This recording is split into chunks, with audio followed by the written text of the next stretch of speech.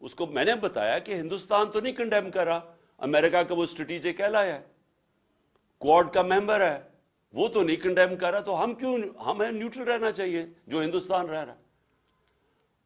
ہمارے army chief نے، آپ یہ سوچیں کہ خود ایک یعنی گریڈ 22 آفیسر نے بیٹھ کے ایک سیکیورٹی کا سیمینار تھا، اس نے خود کنڈیم کر دیا روس کو۔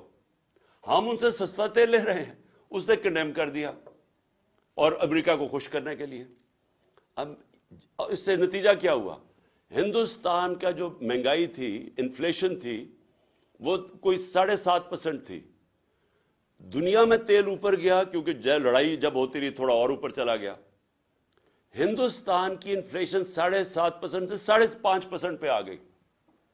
پاکستان کی انفلیشن 12% تھی، ہماری 12% سے انفلیشن 30% پہ چلی گئی، کیونکہ ہم مہنگا تیل لے رہے تھے، تیل کی قیمت اوپر چلی گئی۔ اب نقصان کس کو ہوا؟ پاکستانی عوام کو۔ میں یہ کوئی اپنی ذات کے لیے تو نہیں کہہ رہا تھا، میں تو اپنے لوگوں کے لیے فیصلہ کیا تھا کہ ہمیں سب سے بنانی چاہیے۔ ہم کسی کی لڑائی میں کیوں پڑے؟ ہمیں انٹرسٹ اپنے لوگوں کا ہونا چاہیے۔ یہ انڈیپینڈنٹ فارن پالیسی ہوتی ہے۔ لیکن جب آپ کسی اور کو خوش کرنے کے لیے اپنی فارن پالیسی بناتے ہیں اور اپنے لوگوں کو قربان کرتے ہیں، اس کا نتیجہ یہ ہوتا ہے جو آج پاکستان میں مہنگائی کی لہر ہے اور یہ بڑھتی جا رہی ہے، اور اس کا پریشر، کیونکہ آپ زیادہ پیسے دے رہے ہیں تیل کے لیے، ڈالرز آپ کے جا رہے ہیں، آپ کے ڈالر ریزروز پہ فرق پڑ گیا۔ آج پاکستان کی تاریخ میں کبھی بھی اتنے کم ڈالر ریزروز نہیں جو آج ہیں، جس کے اثرات اب آپ دیکھ رہے ہیں۔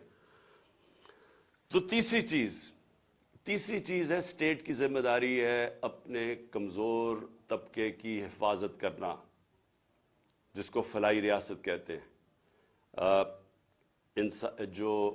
جو علامہ اقبال جب اسپرچل ڈیموکریسی کی بات کرتے تھے، وہ اس کے پیچھے کیا تھا؟ کہ ایک ڈیموکریسی جس میں انسانیت کی قدر ہو۔ ایکس آرمی چیف نے باتیں کی۔ سب سے پہلے تو مجھے حیرت ہوئی کہ اس نے کہا جی عمران خان ملک کو تباہی کی طرف لے کے جا رہا تھا، میں نے عمران خان سے ملک کو بچانا تھا، تو تسلیم کر لیا کہ اس نے فیصلہ کیا تھا گورنمنٹ گرانے کا، جو میں اور ساری قوم کو ویسے ہی پتہ ہے۔ لوگوں کو تو اب سوشل میڈیا کا زمانہ ہے، وہ آخری رات جس دن میں نے کہا تھا کہ کوئی رہ تو نہیں گیا، تو اس دن رات کو تو سب قوم کو پتہ چل گیا تھا کہ کون تھا پیچھے اس کے۔ وہ ارشد شریف شہید نے بڑی زبردست بات کی، وہ کون تھا، تو سب کو پتا تھا وہ کون تھا۔